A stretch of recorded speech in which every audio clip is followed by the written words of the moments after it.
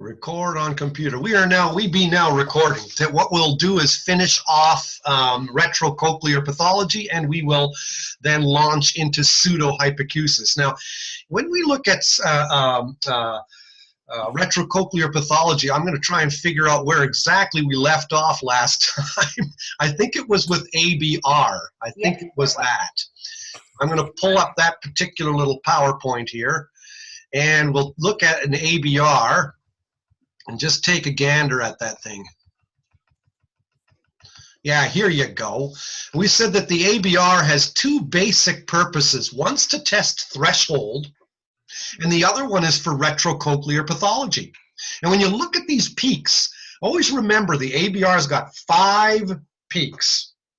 And it's done by putting electrodes on the head and headphones on the ears. And the right ear is tested separately from the left.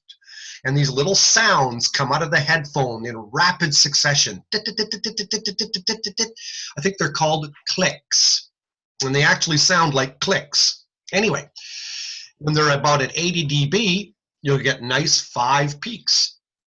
And when you start making the sound softer, the peaks begin to disappear and they become later, but they still are visible. And that helps to test whether a baby is hearing. It's also good for malingering. It's one test for pseudo hypacusis, because you can't lie about an auditory brainstem response test.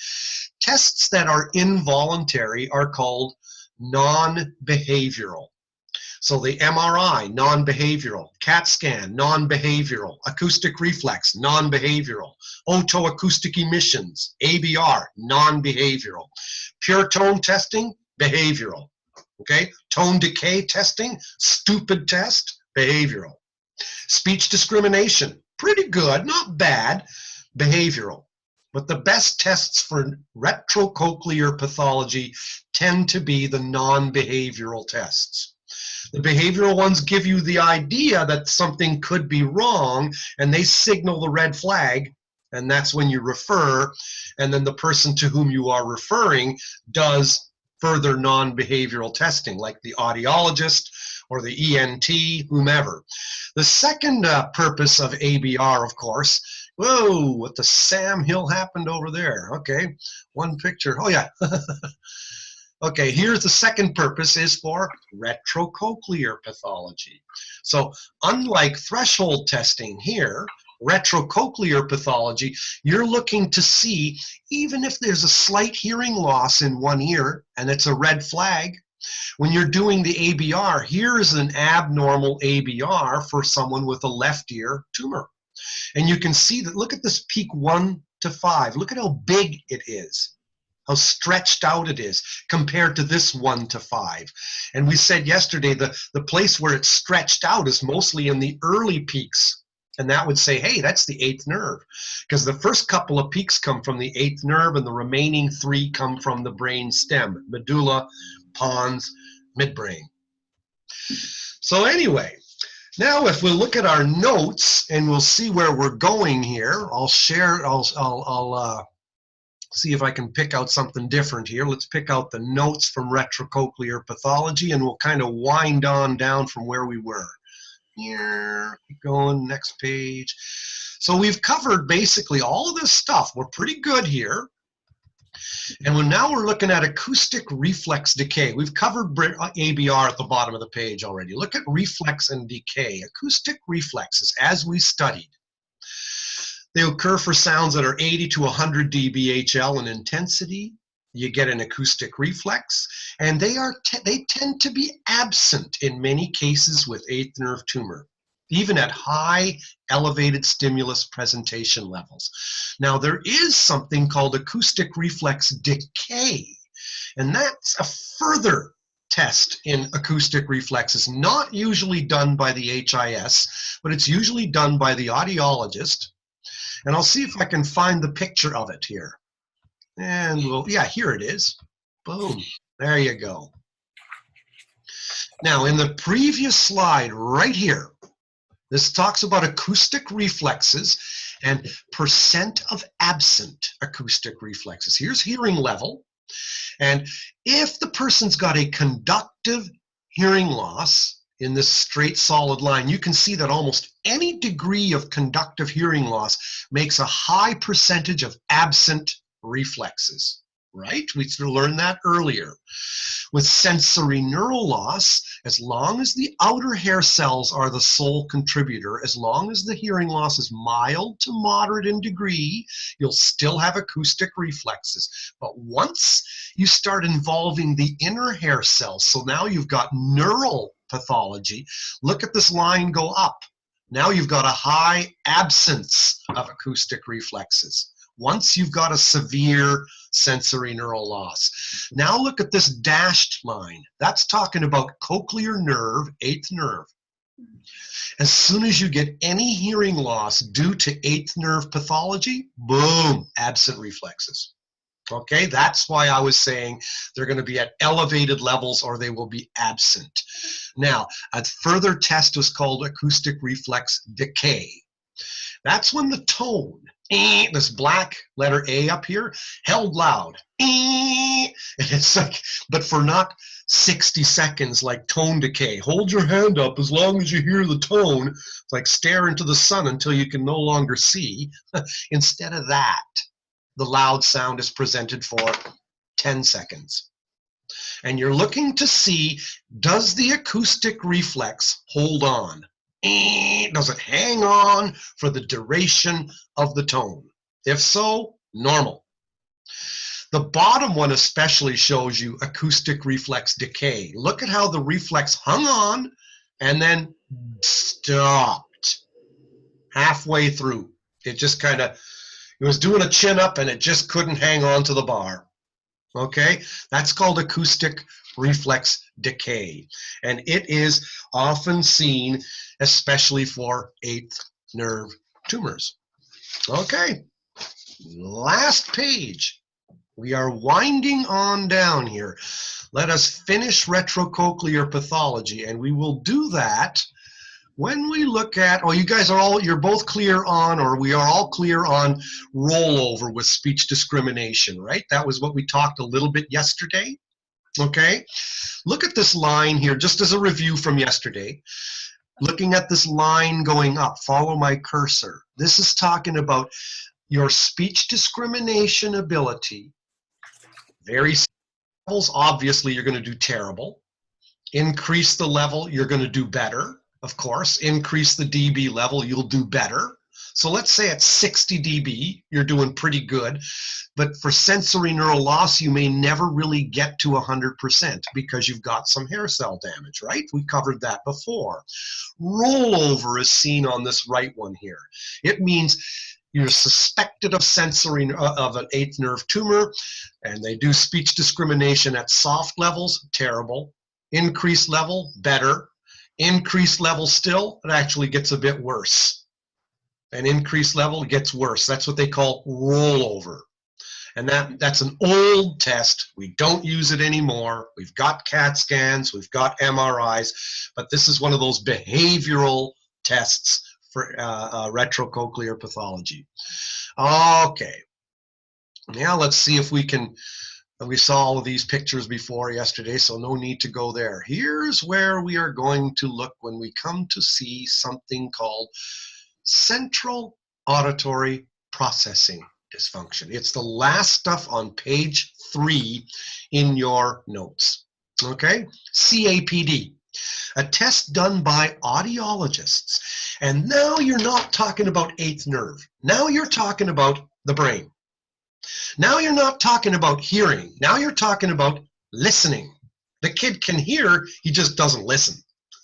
Okay, kids bouncing off the walls. Teacher can't control them. Wild and crazy. Learning disorders. Sometimes they call it learning disabilities. Sometimes they call it attention deficit disorder, ADD.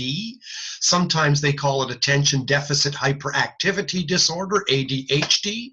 Oh boy. And if the person was assessed by an audiologist, probably the label will become CAPD, central auditory processing dysfunction.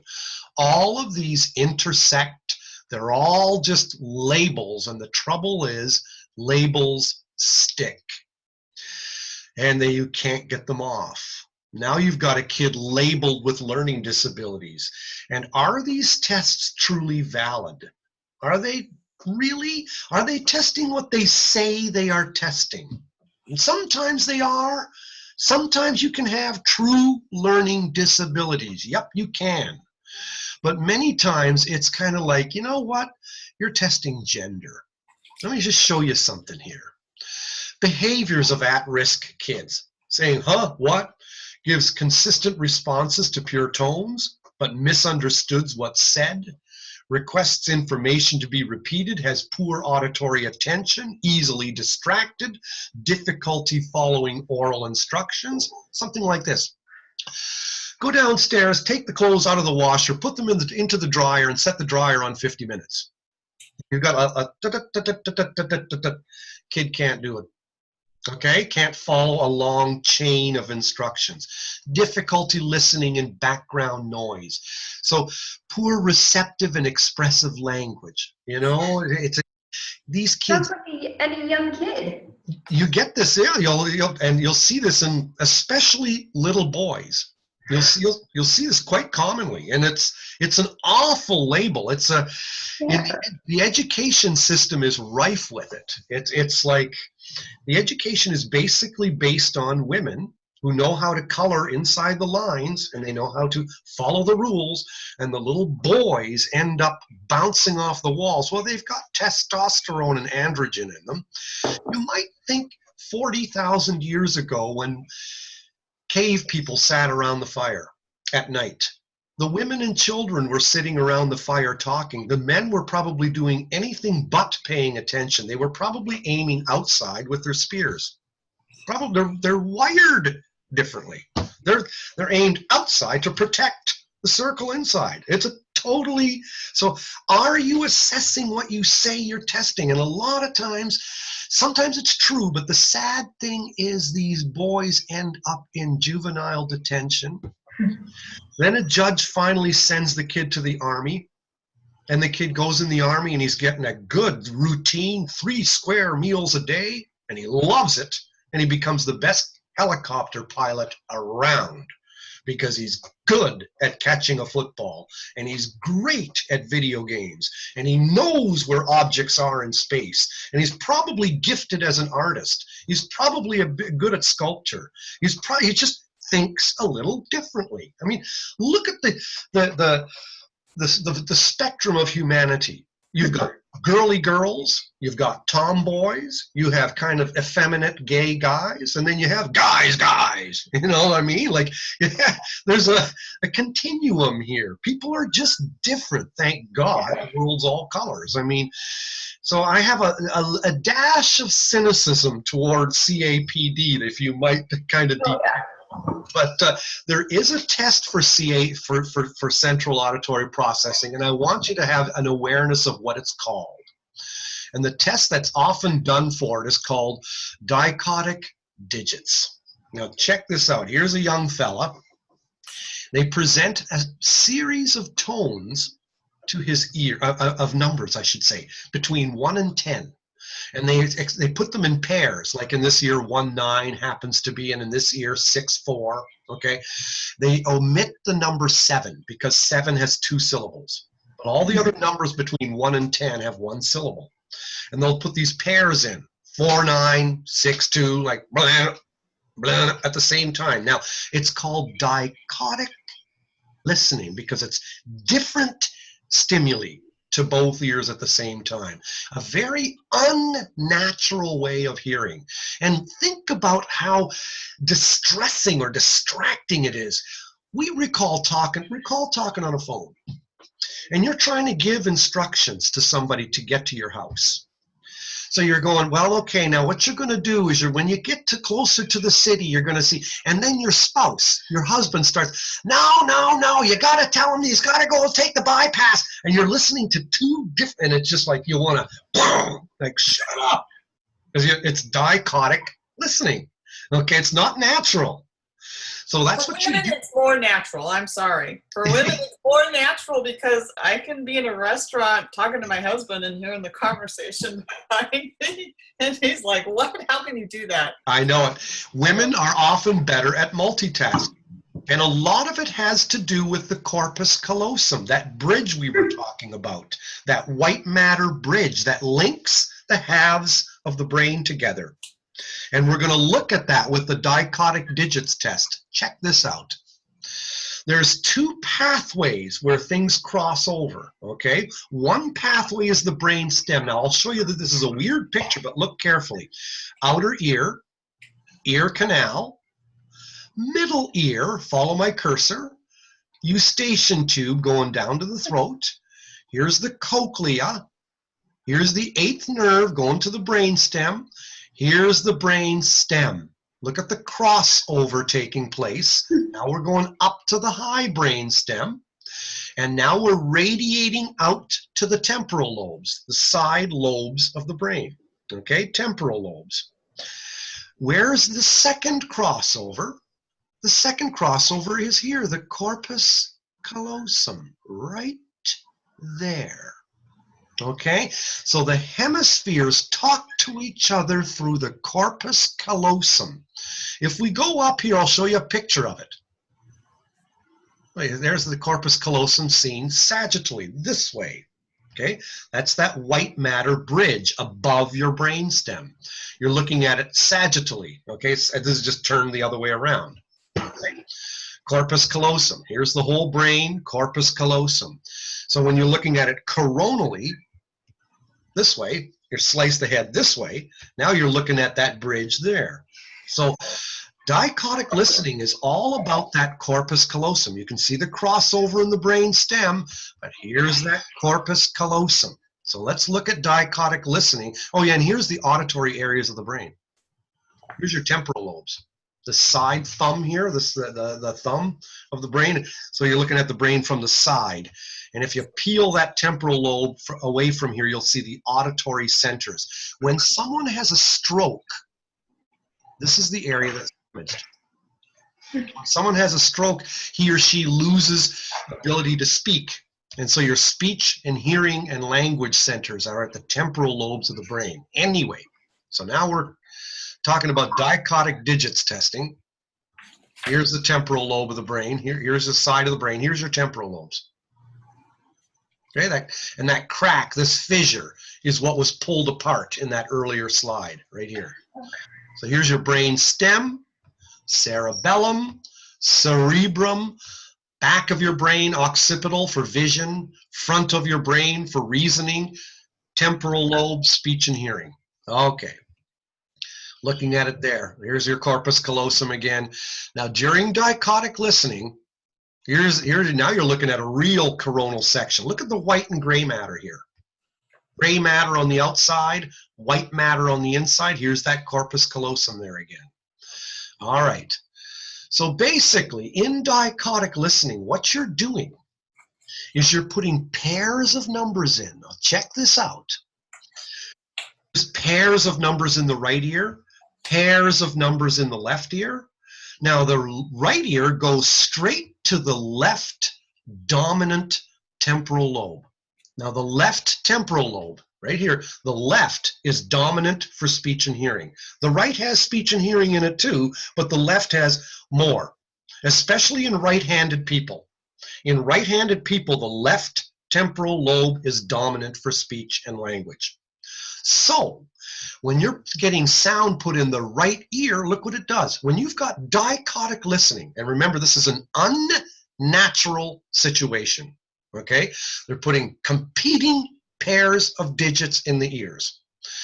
The right ear, look at you've got contralateral pathways going across, and you have ipsilateral pathways going up.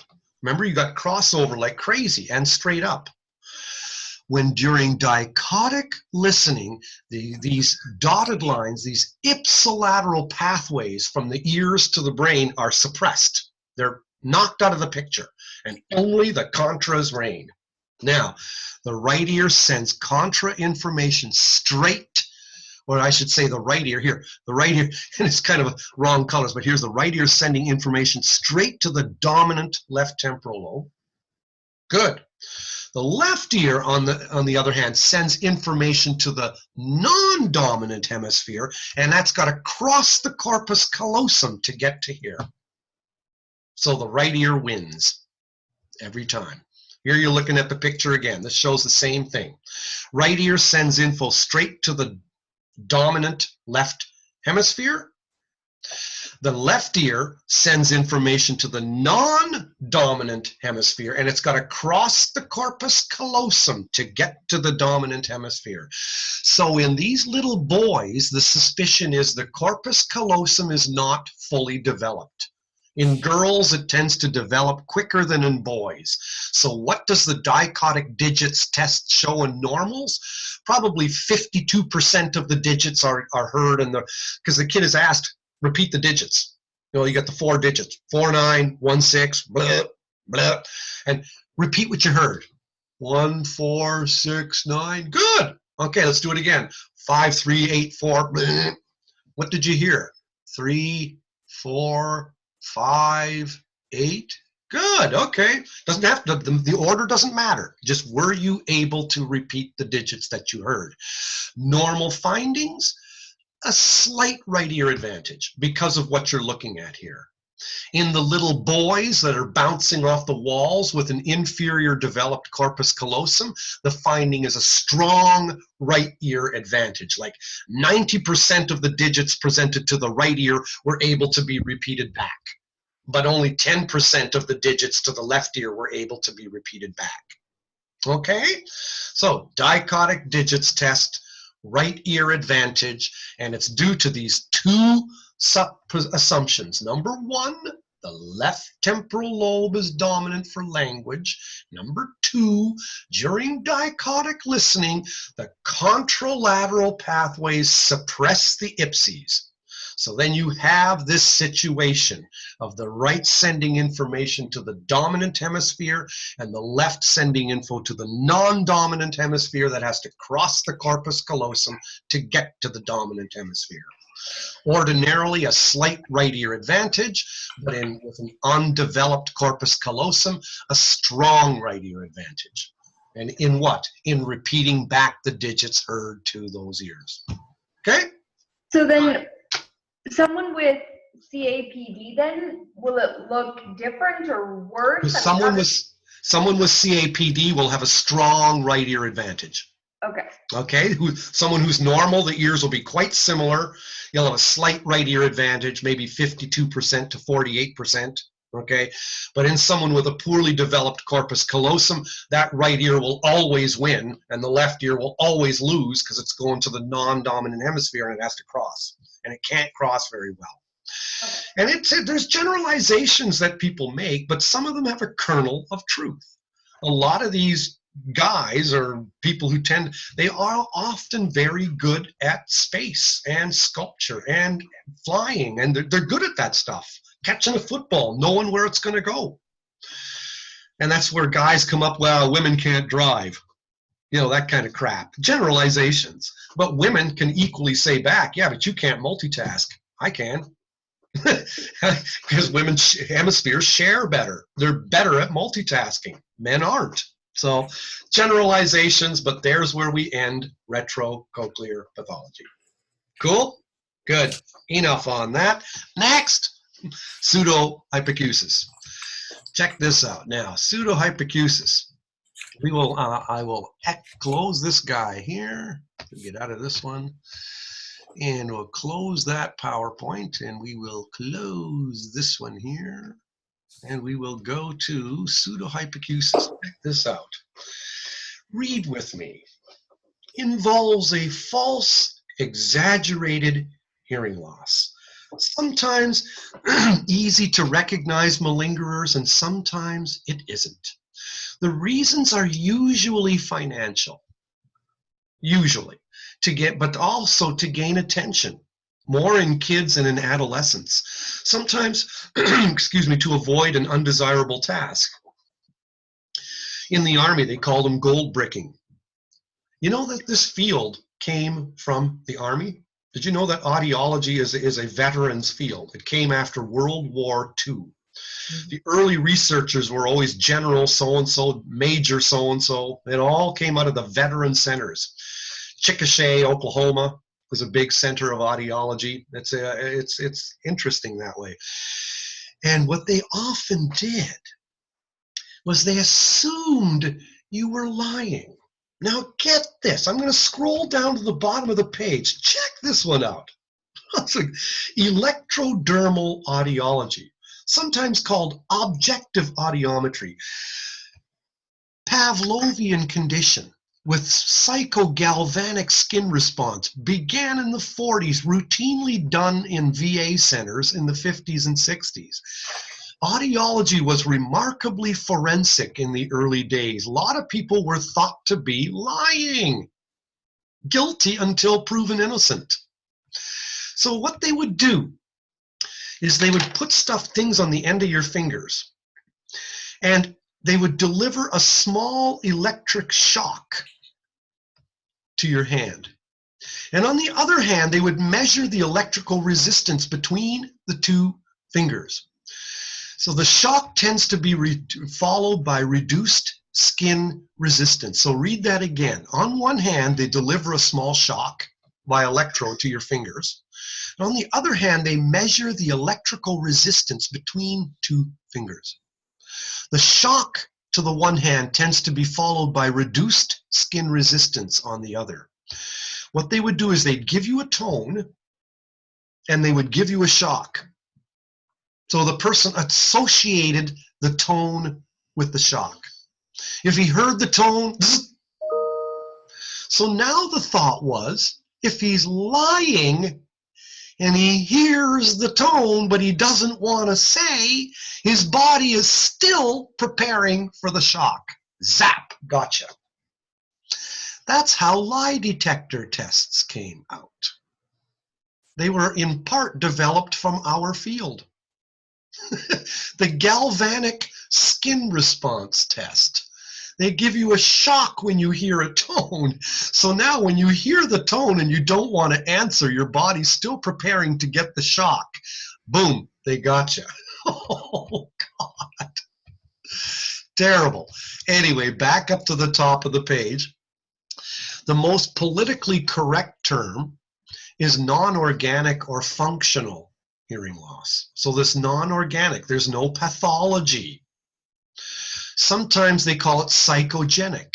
Some call it conversions. The most common term is malingering. Oh, look at this, hysterical. Comes from the term uterus. It comes from the word hysterectomy, which is an extremely sexist term because that means the woman is hysterical. She's got mood swings. Let's remove the uterus and ovaries and so she'll settle down. Usually done by male doctors. It's really, there's a lot of in this that's quite sexist, I'll tell you. Old military term, gold bricking, person who fakes a disability to get out of something. The prevalence is highly variable. It depends on the population examined, but in general, it's less than 2%. Look at this here. There's very few comprehensive studies done because cooperation needed from the subjects for this data is rather hard to get.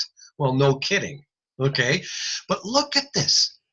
This guy in 1994, for a group considered for cochlear implants, 5 out of 600 of them were faking it. Oh, God. Why on earth would someone do that? I know. Major surgery here. I know. They want attention. Oh my God. I remember, I'm going to tell you something. I remember as an audiologist in Toronto, Canada, there was a lady who came in with her husband and 3 children, and she had behind the ear hearing aids on. And I remember walking behind her to go to the booth, and I noticed the hearing aids were down at volume number 1, because this was when hearing aids were big bananas. They had volume wheels on them. Okay. So I thought, well, that's kind of odd. And I was speaking to her from behind, and she seemed to hear me pretty well. I did the hearing test on her. She faked a flat 60 dB loss across the board. And the audiologist who had seen her before believed it, so he provided her with hearing aids. And the hearing aids were meant for a 60 dB hearing loss, so they were appropriately fit for her, but her volumes were really low. What was her pure tone average? 60, because her hearing was flat at 60 dB, so 5, 1, and 2,000 hertz. 60 plus 60 plus 60 is 180, divide by 3 is 60. Her SRTs, 30. Doesn't agree with pure tone averages. That's the first sign of malingering. That's the best one. When I do audits of hearing tests, I pick one file from the A's, one from the B's, one from the C's, all the way to the letter Z. Or in Canada, we'd say Z.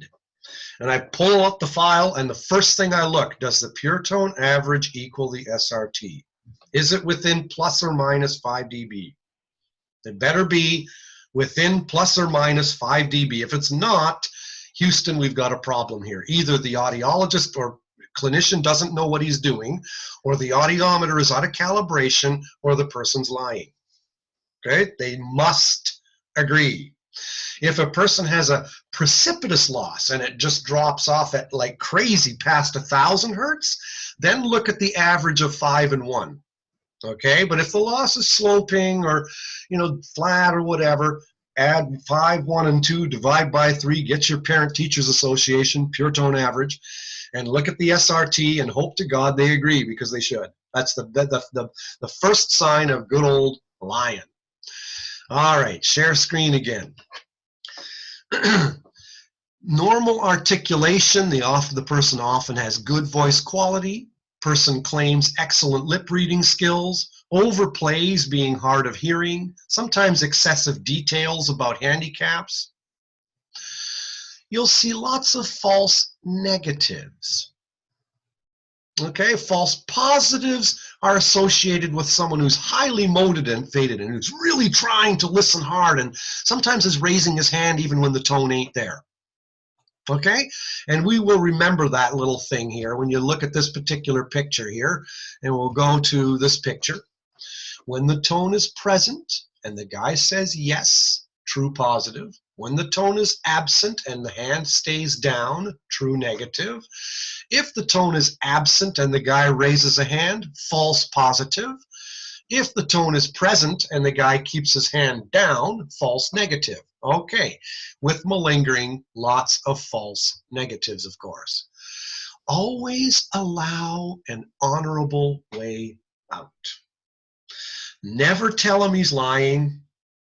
Always play Jesus judo. Always kind of say, something's wrong with my audiometer today, or we should reschedule you to come on in tomorrow or something. There's just something that's just not quite adding up here. Let the person get to his own conclusion that he's caught and let him go. It's best not to confront.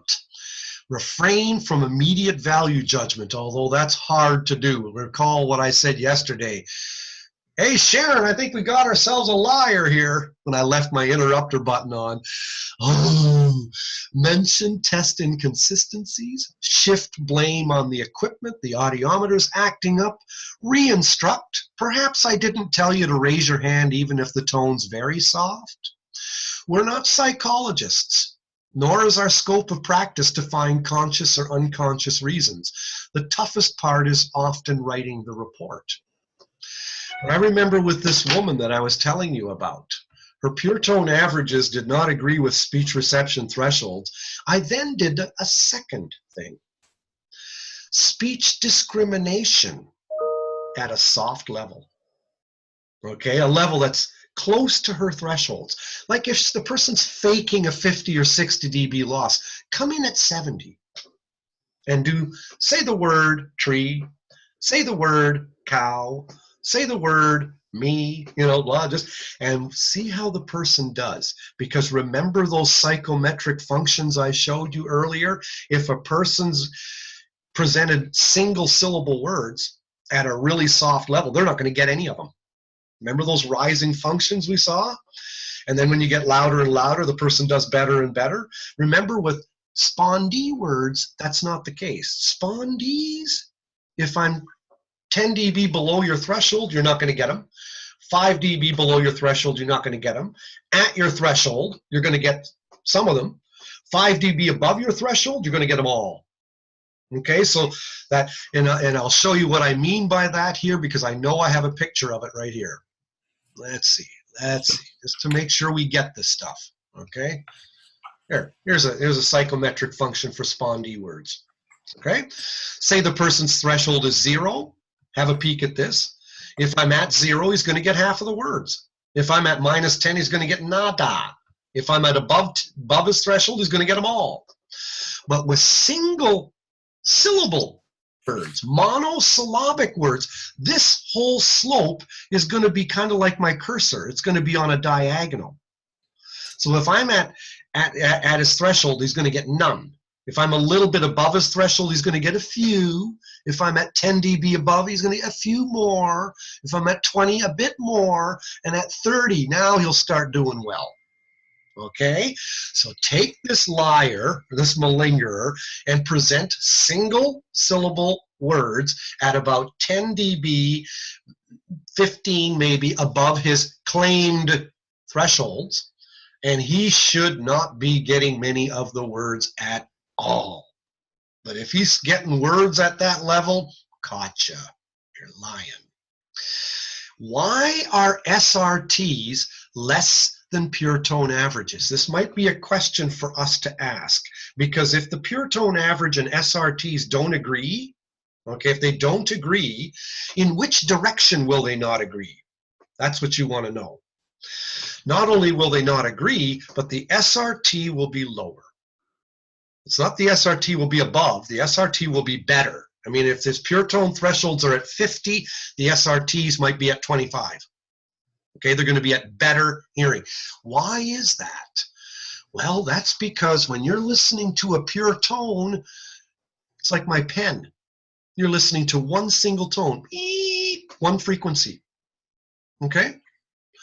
But when you're listening to speech, you are listening to a broad band, a wide band of frequencies. So when I present 1,000 hertz at 50 dB, that's going to sound whatever it does in loudness. But if I present speech at 50 dB, it's going to sound louder because it's got more frequencies. Hey, the Russian eagle is 5 times as strong as the American bird. Duh! Okay?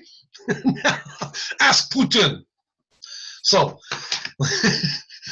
well, Trump already did. Anyway, so the SRT will be heard louder. So the person's usually, if he's lying, he can't gauge very properly. He can fake pure tones, but now when you've launched into speech, that's a different stimulus, and he's lost his ground for lying, and he's going to end up claiming a softer SRT. And that I really am underlining is the main way of catching people malingering. You'll see something here at the bottom of the page called varying story test or varying intensity story test. Nobody really cares about that, so I really don't care. But I can just read. Client is asked to listen to a story presented at, here, I'll share a screen. Client is asked to, I'll scroll to the bottom here. Client's asked to listen to a story presented partly above his admitted threshold, partly below admitted threshold. Stories delivered fast, so client can't tell what info should be known versus what couldn't be known. A test is given afterwards, best if it's a confusing theme. Old test, nobody uses it anymore. What was I trying to say? Let's see what it is, what it might look like here. See if I've got that swinging story test. It's weird. Part 1, part 2, presented above and part below threshold, and you shouldn't be able to know any of the information of what was presented below threshold. Nobody does it anymore. But here's a test you might want to think about. Forget that one. Anyway, take a look at the top of page 2. When you're looking at the top of page 2, it's called the Stenger test. Now, this one's cool. This is a... If someone's faking hearing loss in one ear, okay, this only works if someone's faking hearing loss in one ear. So what you're going to do, it works best when there's a large difference between admitted thresholds of both ears, and it's based on psychoacoustics. If two tones, same frequency, are presented at the same time to both ears, only the louder one is heard. Now I'll stop sharing and I'll just look at you right here.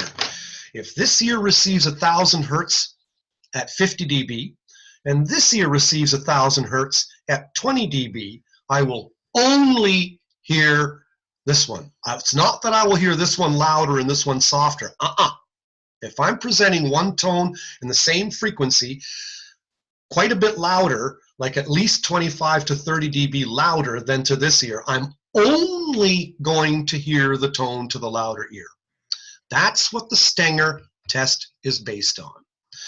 So if you read with me, because this is a funny test, it's got some humor to it even. You need a 2-channel audiometer. You present the tone to the better ear at 10 dB sensation level. So let's say the guy's got normal hearing in one ear, 0, and let's say his claimed hearing loss in the bad ear is 50. So you present the tone at 10 dB above his threshold to his good ear, 10 dB sensation level. And this certainly will get a response, right? Right. So now you're going to the bad ear, and he's claiming a 50 dB loss. Present the tone at 10 dB below the guy's thresholds. Present it at 40. And of course, he's not going to want to raise his hand, so he's going to keep his hand down. Now present both tones at the same time and ask the client to raise his hand if anything is heard. So now you remember his claimed loss, and I'll stop sharing here so you can just see me. His claimed loss is 50, and in this ear it's totally normal. It's at 0. So I present a tone at 10 in this ear. Yep, I hear that. Present the tone at 40 to his bad ear. Of course, he's going to keep his hand down because he's claiming a 50 dB loss. Now play 40 in this ear and 10 in this ear, and ask him to raise his hand whenever he hears something. Well, he's only going to hear this tone because it's at least 30 dB louder than this tone. So he's only going to hear the tone in his bad ear, and he's not going to raise his hand. He doesn't want to tell you that. Okay? So he's lying. So present the tone at 10 dB below the threshold. If no response, the person couldn't hear it. Now present both tones simultaneously. Ask the client to raise a hand if anything heard. One is at 10 dB above the threshold of the good ear. The other one's at 10 dB below the threshold of the bad ear. A negative Stenger means the person raises a hand. If it's 10 dB in this ear and 40 dB in that ear, if the person raises a hand, he's not lying. He hears the tone in this ear. But if he keeps his hand down, he doesn't want to tell you that. He doesn't want to tell you his threshold. Now, the positive Stenger means the tone is actually heard in the bad ear, but the person doesn't want to tell you that. Okay? Now take away the 40 dB tone in the bad ear, and the guy raises his hand. Gotcha. That's the Stenger test. And I've done it before and it works. So that they present both tones simultaneously, ask the client to raise a hand if anything's heard. One is at 10 dB above the threshold in his good ear. The other tone is at 10 dB below the threshold of his claimed bad ear. If the person responds, it suggests he's not lying. It means the tone is heard in his better ear and the hearing loss is real in his bad ear. Do you get it? So if the tone is 10 in this ear and the tone is 40 in this ear, and he raises a hand saying he heard a tone, okay, then he's not lying. This hearing loss is real, okay? Because he hears the tone at 10 dB in this ear. If he's lying, he's going to keep his hand down because he hears the tone in this ear, but he doesn't want to tell you that. You get it? I'll say it again. 40 in the bad ear, 10 in the good ear. And if the hearing loss in the bad ear is real, he's going to hear the tone in his good ear at 10 dB. He's going to raise his hand. You're going to ask him to raise his hand if he heard anything. Okay? But if he keeps his hand down, it means he is hearing the tone in this ear, and it's only in this ear because it's at 40 and this is only at 10, but he keeps his hand down, so he's lying.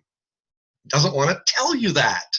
And then the coup de grace. So you got him once, and the coup de grace is you take away this tone in his claimed bad ear, and all of a sudden now he hears the tone in his good ear. He puts his hand up. You got him twice. It's called checkmate.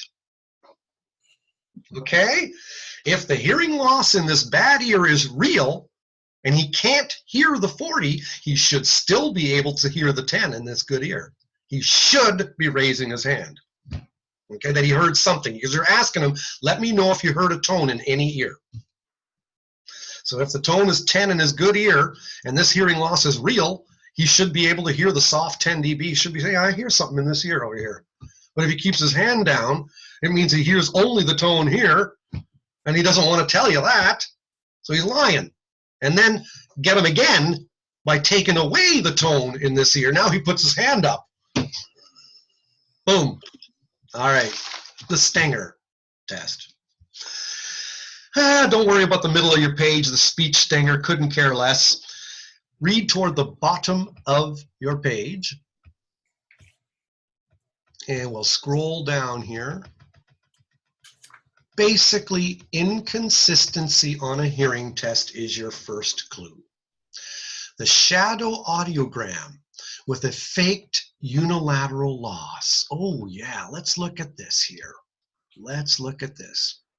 Now, where are we here? Boom, boom, boom, boom, boom. There you go. Look at this. Look at this picture. Here's a guy with normal hearing in this ear. I'll pull it up closer so we can see. Normal hearing in one ear, and look at the X's at the bottom. Now, what's wrong with that? When you look at this audiogram, clinicians to be, HISs to be, what's wrong with that? There's no, the X's should be here because you're not using masking. If you have a dead left ear and a normal right ear, by the time you put 50 or 60 dB into the dead ear, it should be crossing over, right? Especially with circumoral headphones. The biggest conductive loss you can have is 60 dB, and that applies to masking too. With insert headphones, the thresholds here should be around 70, 75. You should see them. This is with circumoral, but think of insert, they should be around 70, 75 dB. Okay, because it takes 70 to 75 to cross the head over with insert headphones. So you should see a shadow audiogram. This is what nurses testing hearing in school don't know. They don't know about masking, okay? But you and I do. So if the person's claiming a totally dead ear, and you're putting sound into that totally dead ear, it should start crossing over to the good ear. That's why we use masking. And if you're not seeing that crossover taking place, Houston, we've got a problem. The guy's head's made of a cinder block. Okay? So this top left audiogram cannot be real. These X's mean unmasked thresholds. And they're too poor. They should be better than that because of crossover. Got it? Good. All right. That's inconsistency in the audiogram is one of the main things to look for. If faking a shadow audiogram with faked profound unilateral loss, okay, blah, blah, blah, blah, blah, for kids, okay. Look at this one here where I've highlighted. You're doing, for kids, ask the child to say yes if the tone is heard and no if the tone is not. Sometimes when the kid hears the tone, he says no. Anyway, pure tone SRT, pure tone average disagreement is the best indicator. Okay, caution, with precipitous hearing loss, the SRT should be close to the best two thresholds. So SRT should agree with the pure tone average of 5 and 1,000. If the loss drops significantly, especially if there's a 20 dB or greater drop between 1,000 and 2,000 hertz, then look mainly at 1 and 5. You might even average in 1.5 and 1.5, 1,500 hertz. Okay, it just depends, but it should agree with the pure tone average. Excellent speech discrimination. We talked about this at low sensation levels. Excellent speech discrimination at low sensation levels. Recall, normal hearing, good speech discrimination often requires at least 25 higher than SRT. Good speech discrimination often requires an intensity that's at least 25 dB better than the pure tone average. Just like that performance index function I showed you. And just to highlight that, just to bug you again, because I like bugging you, okay, here's single syllable words. You've got to get at least 20 dB above threshold in order for the single syllable words to be heard well. Okay, so when you're presenting at 10 dB above, he should be doing very poorly. But remember, people tend to hear speech louder than pure tone, so he's going to hear the speech artificially loud. He's faking it, and so he's going to be doing better than what he should. Acoustic reflex test is another good one. If the person's faking a big hearing loss, he shouldn't have much for acoustic reflexes. If the person's hearing loss is more than 60 dB sensory neural, expect absent reflexes. If they're all present and he's claiming hearing loss thresholds of 80 dB, as they'd say in French, c'est impossible. Can't be, impossible. Okay? So that's a second behavioral one. But acoustic reflexes is a non-behavioral. So you've got SRT pure tone average disagreement. You have lack of shadow audiogram. That's another one, behavioral. You have excellent speech discrimination at low sensation levels. That's a third behavioral one. And now when you're looking at acoustic reflexes, that's a non-behavioral test. So acoustic reflexes are seen at 90 dB of sensation level. Conductive loss, they're often absent. Sensory neural loss, they can be seen at, smaller sensation levels, but to talk in English, you can see acoustic reflexes happening with sensory neural loss up to about 60 dB. Beyond that degree of hearing loss, acoustic reflexes tend to be absent. I'll finish today by just taking a peek at a couple of cases here. Take a look just for fun. Audiogram. No response to equipment. The limits of the audiometer for the right ear. The ABR tracing from the left ear. Look at this. So the guy claimed nothing in his right ear, and he claimed these thresholds in his left ear. And then look at here, they did ABRs. Now they look a bit rough, they look kind of rough, but let me bring you through. Peak 1, 2, 3, 4, 5. Bring it down to 50, 1, 3, 5. Down to 40, kind of all weird here, still a 5. Down to 30, still a 5. You're lying, can't be. They did otoacoustic emissions. Here's the noise floor in his ear canal. There's the OAEs above the noise floor. Caught him. These are more brain waves from higher up in the brain. They're called middle latency. Don't worry about them. Here's a faked audio. Case number 2, results of a 26-year-old woman that demonstrate bilateral pseudo hypacusis. So right ear, left ear off the board. Look at the acoustic reflexes. They're all kicking in at 90, 85 dB hearing level. So those are, that should be completely impossible. Okay, they're kicking in. Her hearing loss is, I mean, you should not have acoustic reflexes at all, but these numbers here aren't talking about the hearing loss. Remember, they're talking about the intensity of the stimulus required to get the acoustic reflexes. And normal hearing people have acoustic reflexes at around these levels. Around 85, 90, 95, normal. Look at the right ear ABR, 1, 3, 5 at 60 dB, down to 50, down to 30, down to 20. Look at there, you're still seeing a peak 5 at 20 dB.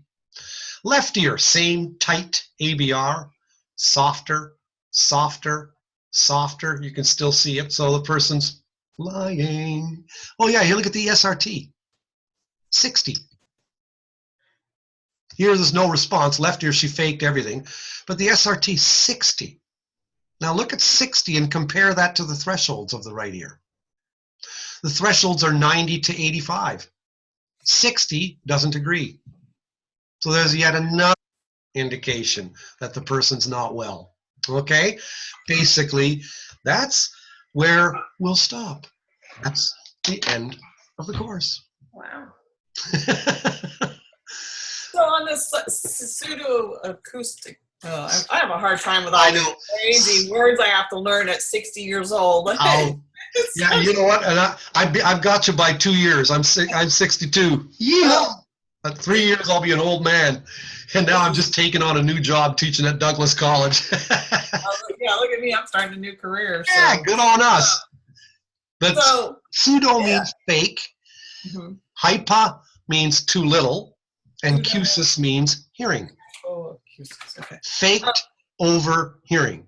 Pseudo hypacusis. So I guess another thing would be the conductive loss that they're showing at the very, the conductive loss, which unless they had something going on with the middle ear, wouldn't be normal, right? No, it wouldn't. Yeah. No.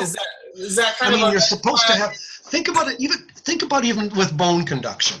Think of, let's say I'm faking a dead right ear, and my left ear is normal. If I put the bone oscillator on my mastoid bone, how intense does bone conduction need to be to cross over? Not very. 0, isn't it? 0 to 10. Yeah. Okay? So my head can, like a pail. Think of when you think about masking. Think about your head as a pail. And the pail will only hold about 40 dB of water before it spills over. So my head, with circumoral headphones, I can put in around 40 to 50 and it'll cross over. With insert headphones, my pail is bigger. It'll hold 75. So if I put 75 in my dead ear before my pail spills over. Bone conduction, you're not dealing with a pail anymore, or you're not dealing with a cup anymore. With bone conduction, you're dealing with a frickin' plate. You put any water in the plate, it's going to spill over. Okay? So with bone conduction, if I put 10 dB on the dead ear, it should cross over to the good ear. The faker will say nothing's happening. You can, and you can go, you're freaking lying. It has to cross over. You should be going, I hear it in this ear. Okay? So it's that crossover, the lack of crossover. That's a sign that the guy's lying. Then SRT not agreeing, being better than PTA. It's another sign. And a third one is speech discrimination, way too good at soft levels. Look at his pure tone average, look at his SRT, and then add about 10 dB to that. And then say single syllable words. Say the word blah, say the word boo. He should be getting diddly. Or it should be really hard. If he's getting some of them, like half of them, that's impossible. And you know, some people are really daft. Some people are really stupid. Maybe the person, or not even stupid, maybe the person has dementia and doesn't have the concentration to pay attention to something really soft. You know? Then you have to let your heart rule. And you have to kind of you know, then I would agree more. I would look more at my SRT as being the real indicator. And the pure tones, the person, because speech means more to the person. Say hardware, say woodwork, say cowboy, ice cream, sidewalk. You're saying 2-syllable words, and yeah, that means more to the person. This is I'm talking about someone who's elderly and is at cognitive decline. So some people aren't always faking it. Some people just have a difficulty concentrating or attending to something that's really soft because it's not of interest to them. Some people fall asleep during a hearing test. That happens. You know, you're going to get this in clinic, bringing in this 98-year-old, you know, father or mother, and it's kind of like, ah, and you're going to be dealing with humanity. You're really just dealing with people. And those are often the most touching clients. Those are often the ones where you're the most distressed. You're going, oh my God, what am I, you know, like, this is awful. But you push your way through with your heart, and you just try to help, and you try to make sense. You're going to feel so damn good at lunchtime. You're going to they'll probably bring you flowers. You treated my dad so well. You were so, and I think that's a funny thing that I've had to learn in clinic. And it's almost like there's a wall. Sometimes you're looking at the situation going, oh my God, what am I doing here? Beam me up, Scotty. I mean, I wish I just wasn't here, you know?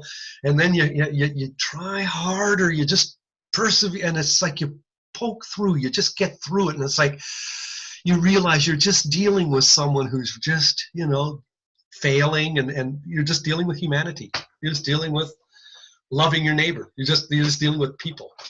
I guess to get religious, I think that's what God wants us to do. You know, you get better.